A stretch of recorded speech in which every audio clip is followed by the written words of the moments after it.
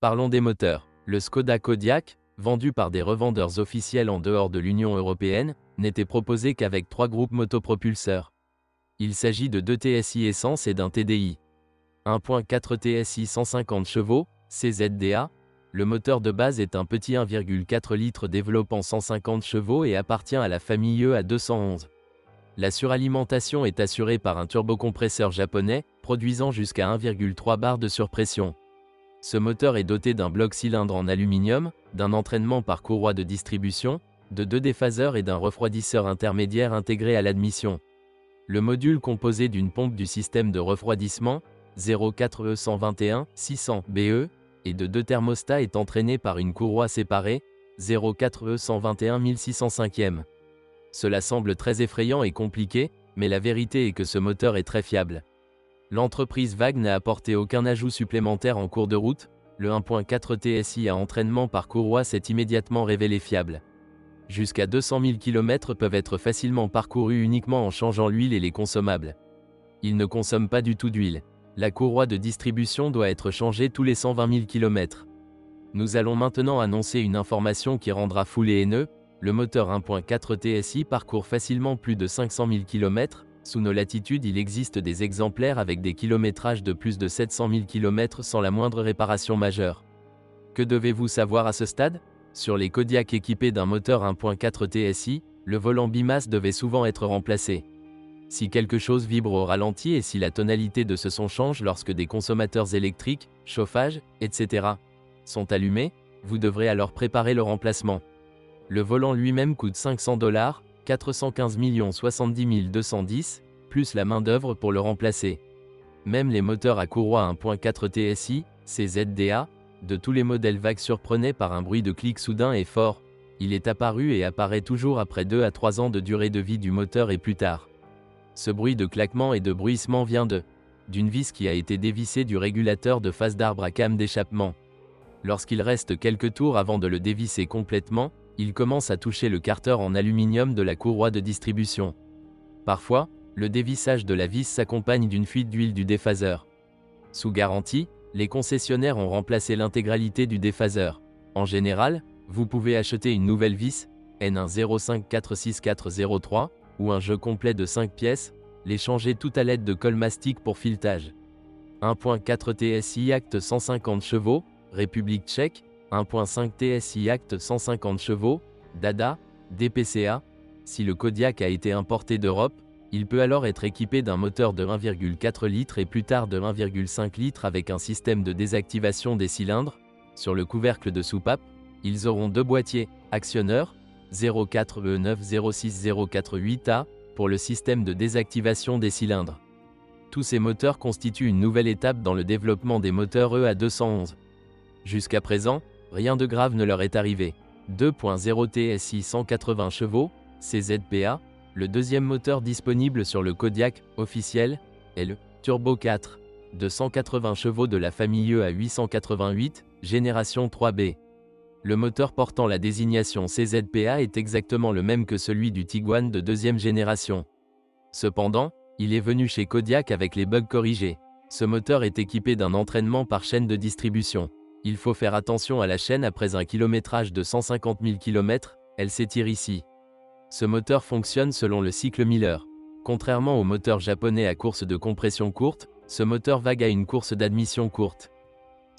La soupape d'admission se ferme et interrompt le remplissage du cylindre en air jusqu'à ce que le piston atteigne son point le plus bas. Cette version particulière du moteur est produite depuis 2016 et s'est révélée excellente. Certes, récemment, il y a eu un problème avec les turbofours, CZPA. Le joint d'huile peut se détacher de l'une des soupapes, après quoi, lorsqu'elle est ouverte à travers une telle soupape, l'huile s'écoulera dans le cylindre par gravité. Naturellement, il y aura une surabondance de pétrole qui n'a jamais existé auparavant. Mais de tels cas sont très rares. Fini les moteurs essence pour Kodiaq, passons aux moteurs diesel. Les concessionnaires officiels n'ont vendu qu'une seule modification du moteur 2.0 TDI 150 chevaux. Des modifications plus puissantes et plus rapides de ce turbodiesel étaient disponibles en Europe. En général, ce moteur dure également plus de 500 000 km sans problème ni investissement. Pendant la période de garantie, la courroie de distribution des moteurs diesel a été changée, l'un des rouleaux était défectueux, mais il n'y a eu aucun cas de rupture de courroie. Remplacement du relais de bougie. Ce moteur diesel est équipé d'une courroie de distribution qui doit être changée tous les 120 000 km, bien qu'en Europe, la même courroie soit changée tous les 210 000 km. Et la pompe à vide de ce moteur ainsi que la pompe à huile, 04 L145 208H, sont situés dans un seul bloc sous le vilebrequin et sont entraînés par une courroie crantée, humide, 04 L115 264A. Il est conseillé de le changer tous les 240 000 km, soit tous les 2 remplacements de courroie de distribution. DQ 250 0265.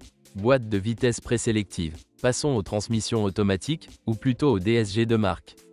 La Skoda Kodiaq n'a jamais eu de transmission automatique classique. Le moteur 1.4 TSI est livré avec un DSG DQ 250 à 6 vitesses humides. Il s'agit d'une transmission excellente et très durable qui a fait ses preuves. Tous les 60 000 km, il faut changer une huile spéciale, G052, 182 à 2. Il faut 5 litres, chaque pot d'1 litre coûte aujourd'hui environ $50. Il faut également changer le filtre à huile, 02 305 051C, celui d'origine coûtera $25. DQ500 sur 0DL75. Boîte de vitesse présélective. Les moteurs de 2 litres sont équipés d'un autre DSG, humide, à 7 vitesses. Cette unité DQ500 est considérée comme la meilleure de son genre depuis de nombreuses années. Mais au moment où cette unité est apparue sur le Kodiaq, elle est devenue un petit buggy. En particulier, de rares pannes des capteurs de pression d'embrayage se produisent. Naturellement, il y a 2 capteurs. Lorsque l'un d'eux commence par erreur à détecter une pression insuffisante dans l'embrayage, la transmission passe en mode d'urgence et cesse d'engager les rapports pair ou impair. Sous garantie, les concessionnaires ont changé la mécatronique. Aujourd'hui, les capteurs de pression sont vendus sur un marché chinois bien connu. Certes, leur qualité n'est pas toujours agréable. Il vaut mieux en prendre quelques-uns en réserve. La même huile, G052 182 à 2, est utilisée pour l'entretien, seulement 6 bouteilles sont nécessaires.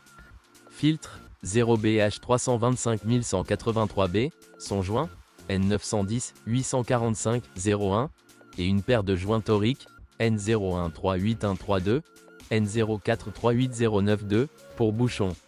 Notre exemplaire est à traction avant, mais cela ne nous empêchera pas de parler de transmission intégrale.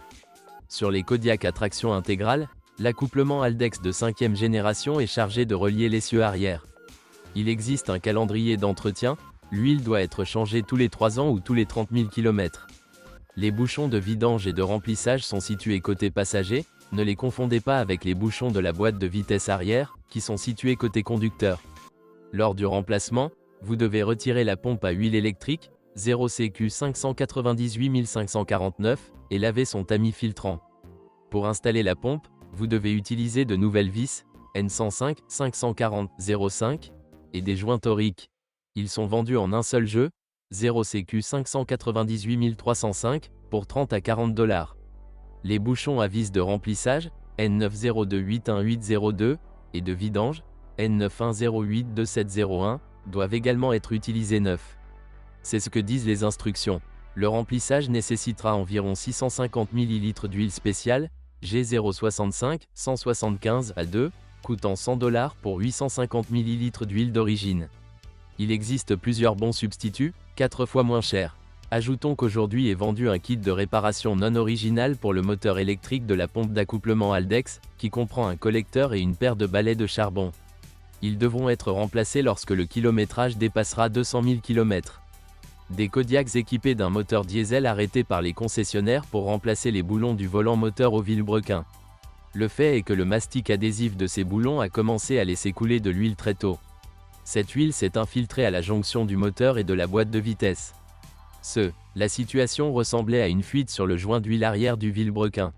Sous garantie, conformément à un bulletin de service spécial, TPI 2 043 567 6e, les concessionnaires ont changé les boulons. Parfois, sur les Kodiaq à traction intégrale, l'accouplement Haldex et la boîte de vitesse conique, boîte de transfert, transpirent. De nombreux propriétaires de ces crossovers se sont plaints d'un bruit de cognement dans la suspension. Mais après un diagnostic minutieux, il s'est avéré que la crémaillère de direction cognait. La raison est classique, l'usure des bagues de crémaillère. Si le rack cogne soudainement, il peut être facilement réparé en remplaçant les bagues. Sous garantie, Les plaquettes de frein arrière et même les disques ont été changés sur les Kodiaq, car, avec un kilométrage d'environ 20 000 km, ils se sont coincés et sont restés tordus à cause du bruit est apparu lors du freinage. La plaquette intérieure de la roue arrière droite était particulièrement problématique en raison de sa mauvaise position, le disque de frein s'usait de manière inégale. Après cela, il ne devrait y avoir aucun problème avec les freins et les plaquettes de ces voitures. La suspension du Kodiaq est très bien. Cependant, avec des roulages de 50 000 km sur certaines voitures, les Silent Block arrière, 5Q0 407 183e, des bras de suspension avant éclatent. Les blocs silencieux d'origine coûtent $40, et ceux avant, qui ne sont pas encore usés, 5Q0 407 182, coûtent $30. Les rotules, 3C0 407 365B, 3C0 407 366B, sont remplacés séparément. Leur coût varie de $10 à $80. Les jambes de force stabilisatrices avant, 5Q0 411 315A, peuvent durer 100 000 km, leur prix varie de $7 à $45. Mais vous devrez acheter des bagues pour le stabilisateur uniquement celles du marché secondaire, elles coûtent jusqu'à $12 pièce. La suspension arrière comporte 4 leviers pour chaque roue. Vous pouvez acheter séparément uniquement le bloc silencieux inférieur, 5Q0 505 553A, de l'essieu et le bloc silencieux du bras oscillant, 5Q0 505 541A. Chaque fond coûte jusqu'à $20. Tous les autres blocs silencieux sont proposés comme non originaux à des prix allant de $5 à $20. Il existe également des leviers complets non originaux en vente. Les roulements de roues avant, 8S0 498 625A, se vendent entre $60 et $260 pour les originaux. Moyeu arrière, 8V0 598 625C, de $50 à $250. En général, la suspension de l'énorme Kodiaq ne peut pas être qualifiée de complexe.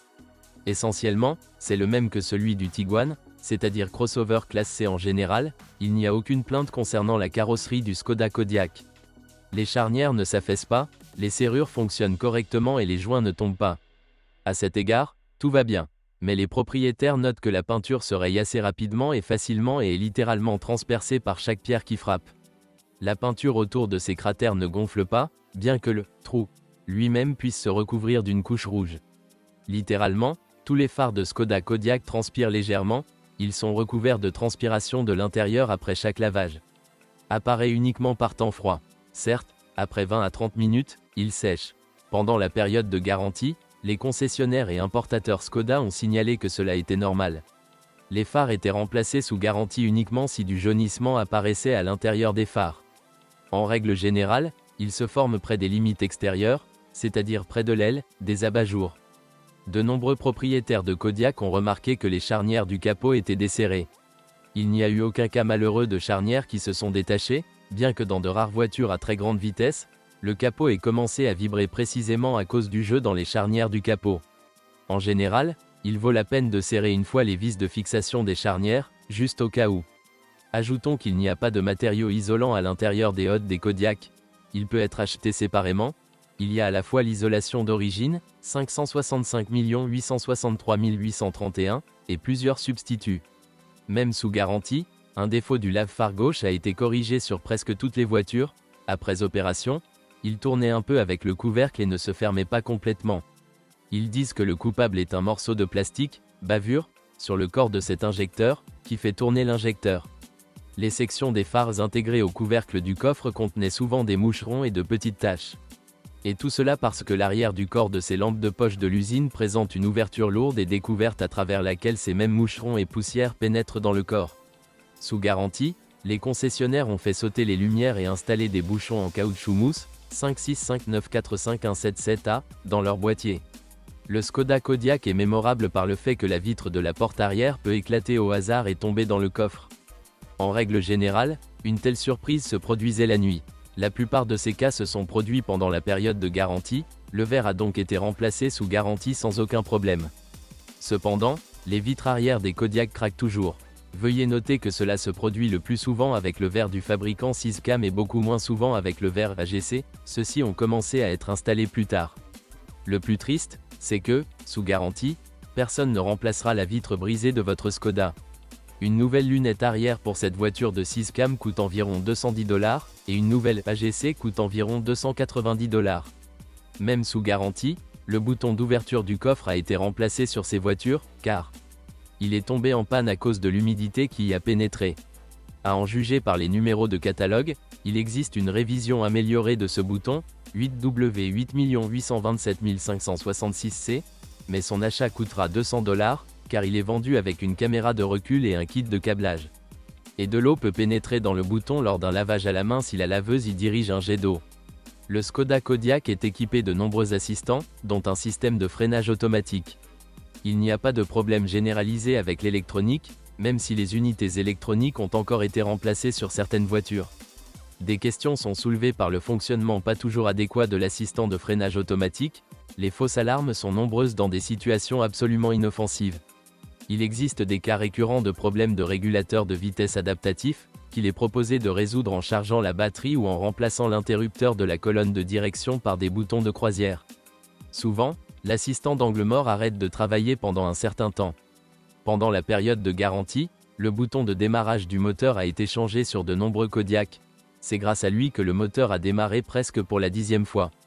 Littéralement, tous les Kodiaq ont des poignées de porte internes qui grincent. Elles grincent lorsqu'elles sont touchées, saisies et lors des vibrations pendant la conduite. Ils ont ensuite été remplacés sous garantie par de nouvelles poignées moins grinçantes. En général, le problème peut être résolu. Il faut retirer la garniture supérieure des poignées de porte et la coller le plus possible ou sa base sur le battant de porte avec de la madeleine, ruban électrique pelucheux. Vous pouvez également coller la vis de fixation supérieure avec un anti-grincement, c'est-à-dire faites-en une rondelle. En général, les propriétaires eux-mêmes considèrent les porte-gobelets comme l'échec le plus épique de cette voiture. Ils ne peuvent être utilisés que si l'accoudoir central est relevé. De plus, les porte-gobelets eux-mêmes sont exigus et profonds. Les tasses de café qu'ils contiennent se tiennent proches les unes des autres, basses et littéralement sous le coude du conducteur et du navigateur.